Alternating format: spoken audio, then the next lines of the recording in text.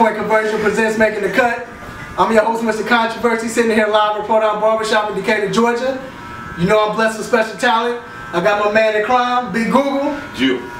We got the man by popular demand. People wanting him back. Marcus Flowers wanting him back, baby. Yes, sir. Yes, sir. And today's topic, you know, it's free agency in basketball. Everybody talking about Carmelo. Is he coming to Miami? What LeBron going to do? Are they teaming up? So the topic today is teams. If they have multiple superstars, 3 or more, if they're coming together, is that the easy way out? Or is it messing up basketball? What you got, baby? Not at all. It's not messing up basketball at all. Team players coming together, this is nothing new. The only thing that's happening now is that the players themselves are doing it. And I think a lot of people have a problem when the inmates are running the asylum rather than the warden. When the GMs and management put teams together, you had Magic, Worthy, Jabbar. You had great teams like that. You had Bird, McHale, Parrish. You had the Bad Boys in Detroit. Those were great teams that were put together. You had the Spurs. When they came together, management put them together. I don't see it any different. Only that the players now themselves are doing it. If you ever played ball together, if you ever played ball before, when you're on the court, you're outside at the courts outside, you don't want to play with scrubs. You don't want to spend all day in the heat playing with scrubs. When you go out, when you're outside, you say, hey, I want him, I want him, I want him, and I want him. You don't want the other cat down there that can't play. You don't want him over there that can't play. You want the dude that just jumped 5 stories high and dunk with his hand hanging off the back of the board. So I see nothing wrong with it. It's nothing new. It's just that now the players are doing it themselves, and I think people have a problem when players are doing it other than management. I agree. I don't think that there's nothing wrong with it. I don't think it's a punk move, as Sir Charles may have called it and said that, you know, he has a problem teaming up. The thing about it is, in the 80s and 90s versus today's game, money is the differential factor. Plain and simple. In other words, when you think about it, James Harden, even though yes, he could have been a starter anywhere else, he was the 6th man coming off the bench for OKC. Right. OKC said, we'll give you 5 years, $54 million. James Harden said, well, Houston told me they give me 5 years, $80 million. So therefore, he bounced out. We see the difference that it makes with OKC in their game. 2 years they can't make it to the finals again since James Harden been gone. So my question would be, how you knock players coming together that choose to take less money just to be able to say we want to get that chip, we want to get that ring, when you got role players now getting double-digit salary. I mean, you looked at these teams starting salary lineup and their payroll. Ibaka $13 million, Westbrook $13, $15 million, Durant $17 million. My thing is, everybody now when free agency comes, just like now, how is Lance Stevenson? Is he going for money? Or is he going to stay there with a contender? So now if you think about it, it's going to roll out. We got players all throughout the years rolling out for money. And if you were to ask the question, which percentage of the league is there for the heart of the game for a championship or for the money? I guarantee you over 50% will say they strictly there to get paid. So therefore, you got superstars that want to come together to, you know, downplay their egos, say we could forget max money, let's come together, get this championship ring. Because I don't want to be remembered as a great scorer that never got a ring. Plain and simple, if you were to ask the question, if you were to be the fly on the wall, you know, Gazoo on the Flintstones, in the player's ear, in their mindset, guess what? They all thinking, we want that chip if we consider to be a great dude for 10 to 12 years. All right, well, I disagree with you. I definitely disagree with you. The reason why I say that is because you mentioned the Lakers, you mentioned Boston, Detroit, and how they had great players and management put that team together. Absolutely. Right. But it's a difference because they all came up, either they were drafted, if like Michael Thompson, when he came to the Lakers in '87, he was late in his career. He was a very good player, but late in his career, they took him. But as far as Magic, as far as Worthy, Cooper, you know, all of them was drafted. You look at Boston, same thing. I know they brought McHale over, I think. They brought Dennis Johnson. Dennis Johnson. They brought Dennis Johnson, right. But at the same this beginning of their careers when they came over. So my whole point. And Detroit brought Bear. But my whole point is the fact that you got LeBron in his prime. He can't win in Cleveland. I get that. I'm not mad at you for leaving. If management don't want to do what you want them to do, or they're not building a contender, fine. But you don't go with the second best player or the third best player in the league, then you get the best power forward at that time in the league or the second best power forward and say, hey, let's get together and win the championship. You parking out, bro. No. I mean, no, listen. Because my thing is, why can't you compete? The thing about the 80s and the 90s, not even, hold on, but not even back in, I'm not even going to compare eras, but just the fact that they wanted to compete. Jordan wanted to beat Magic. Magic wanted to beat Bird. Bird wanted to beat Kareem, whoever. The players, the all-stars, the superstars, they wanted to beat each other. They didn't want to team up with each other. I don't want to do that. So to me, it's an easy way out. It's kind of messing up the game because now you have what? Maybe 5 or 3 good teams that's capable of winning a ring, and the rest of the teams are garbage. Look at the East this year. Everybody in the East was horrible. You just knew it was going to come down to Indiana and Miami. So to me, I think it's messing it up. That's not LeBron's fault that the East is horrible. That's no, I'm not. It's not his fault. But at the same time, when you got the best, the superstar teaming up, the East is horrible because they don't have a person in management like Pat Riley who allows that money to keep rolling and to bring the players in so they can have a championship contender. If you look at it, look at the teams in the East, you know, if you go back, once again, the question is this: every human being, no matter what entity you in, what you represent. Guess what? Not only do you want to win, but then at the same time, it's about getting paid. We turn resumes in for checks to get paid. We get other jobs, better jobs for more money. So how can I sit here and try to build something when all of this money is out there and free agency is out there? So in other words, the key pieces, Magic and them all, Mike and them, everybody went and got the key pieces necessary to become a winner. Okay. So,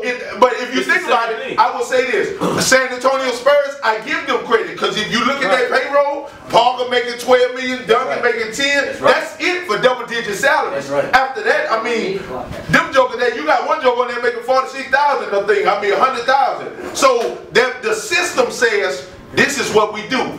San Antonio don't pay nobody, New England don't pay nobody. So when you stop and think about it, everybody giving money for Atlanta to come here. This is Atlanta, this is the Mecca of the South. Everybody want to come to Atlanta, party, play. This is a great place to be. So money is going to get you there. You mean to tell me Joe Johnson actually had the thought or the inclination that he was going to win a title, leaving a Western Conference final, losing in Game 7 in the overtime, Phoenix Suns as the third scoring option. He leaves them to come to Atlanta. And he had a mindset that he gonna win a ring? No. But like you said though, go back to what you said, it's key pieces. I'm not saying don't get the key pieces or do what you need to do as far as build a great team, but my thing is, going back to the superstars, let's say if Carmelo say I want to go to Miami, or I want to go to Houston, why don't you want to compete against these folks?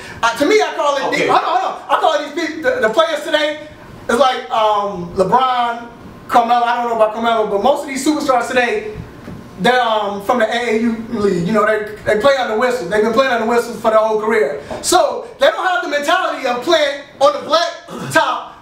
Hey, I'm me and you. You call me out, I'm gonna go against you. I'm gonna do everything I can to beat you. But now I want to team up. Come on, man. That's the part way out. That's the part way out. You just missing Houston. You don't remember when Sir Charles went down there with a lot of dressing? Same thing. No, it's not. Yes, it is. It is the same thing. You had all of them a whole. But he wasn't in his prime. My thing is, he still had some like. Yes, he was. Guess what? Yes, he was still in his prime. And they was in the Western Conference Finals. Exactly. They lost. They left John Stockton wide open. Boom. Okay. No. This is the thing. They did team up. But was Barkley in his prime when he left? Yeah. No. Yes. Barkley was still in his prime. That was 13 years. He was Listen, so check this out. This is the thing. You got to stop and ask yourself. And I understand the people, but do we as the fans want to be able to control and dictate what players should or shouldn't do? No. It's not about that. Because this is what I'm saying. Not at all. And the thing about it is this. When it's all said and done, for instance, you can be looking like, and no matter what people say, bro, you was a screw-up. You didn't even score 10,000 points in your career. I got 7 rings. That's right. Robert Ory. In other words, that's right. when it's all said and done, I'm shutting arguments down because I held my hand out, and you can count my rings, right? So all I'm saying is this. Them guys want to win. Them guys want to win. Chicago wants to win. And so if Derrick Rose is healthy, when they line up and Carmelo goes there, is that not superstars coming together? Exactly. Joakim Noah is a superstar center. But look, come on, you think he's a superstar though? Let's be real. And that's my dude. Let's be at the finals. He not super. Come on. I know. So, what I'm saying is, you know what I'm saying? If it was Wade and LeBron, or Carmelo and maybe Kobe, you know, they came up free agency, them two, whatever. It just so happened like with Orlando. When Orlando signed T-Mac and they signed Grant Hill, they had the money to do it. But when you have multiple, I'm talking about 3 or more, saying we putting meetings together. What? That's the problem. But we're gonna wrap it up because we gotta go. Marcus, I'm gonna let you say your piece right now. I have no problem at all with players picking who they want to play with if they're allowed to do it. If they are free agents and they have the ability to come together and create a championship team, I have absolutely no problem with that at all. Simply, it goes back to street ball back in the day. When you're a kid and you're outside playing on the blacktop, you do not want to play with scrubs all day in the hot sun. When you're making money, you do not want to spend your whole career taxing your knees, your ankles, playing with people who will not get you in contention to make a ring. I totally disagree. I like what they're doing. I hope they continue to do it. I think it'll bring competitiveness to the league down the line, and I think it'll put pressure on other managements to step up to the plate and to meet the demands of what the players are doing. I like it. In other words, I think it's cool. I can commend and respect guys that's willing to take a lesser salary and come together. That's right. It is hard once again to put out, and then when you think you got all the components in place, this guy chooses to go elsewhere because they gave him $5 million more. So in that sense there, with the way money is today, I think that everybody would take their opportunity as role players. If a role player can go from $2 million to $8 million a year, trust me, he bouncing. He ain't trying to build no legacy, and he ain't worried about a ring. I really think that it's the GM's fault because you look at how they don't know how to draft these days. You look at Oklahoma City, how they made a win out of 4 draft picks in a row, or 4 years in a row by drafting Durant. Then you had Westbrook. Then you had Ibaka. Then Harden. Chicago with Rose, Joakim Noah. Even with Ty Gibson now, Jimmy Butler. I mean, they're building great teams. San Antonio the same way these days. But today, it's like maybe 20% of the general managers know how to draft. The rest don't. So now I guess it's left for the players to go ahead and say, you know what, let's team up. But at the same time, I still think it's the easy way out. But once again, it's a 3-point conversion presents Making the Cut. I'm your host, Mr. Controversy, here with Big Google. Yeah. My man Marcus Flowers. Appreciate it, baby. We're here Yes, at our barbershop in Decatur, Georgia. We see you at the barbershop near you. We out. Alright, we here. We know we had to come to the fans, baby. They here supporting us. I got my man Vito. What you think about the topic, man? That's an interesting topic. Do you play for loyalty or do you play for the money? You know what I mean? That's the big question. Back in the day, it was more or less loyalty. Fans had a team that they could be proud of. Now it's like my favorite player played for Cleveland. Now my favorite team is Miami. You see what I'm saying? So it's a big difference from back in the day. And me personally, I like to root for a team and not just a person. So I would say I kind of disagree with what the two fellas were saying. I would prefer teams to stick together, gel, and try to build as one instead of just jumping ship and go to wherever they think is on the uprise. Alright, well, you know how we do it at 3-Point Conversion presents Making the Cut. We see y'all at the barbershop near you. We out.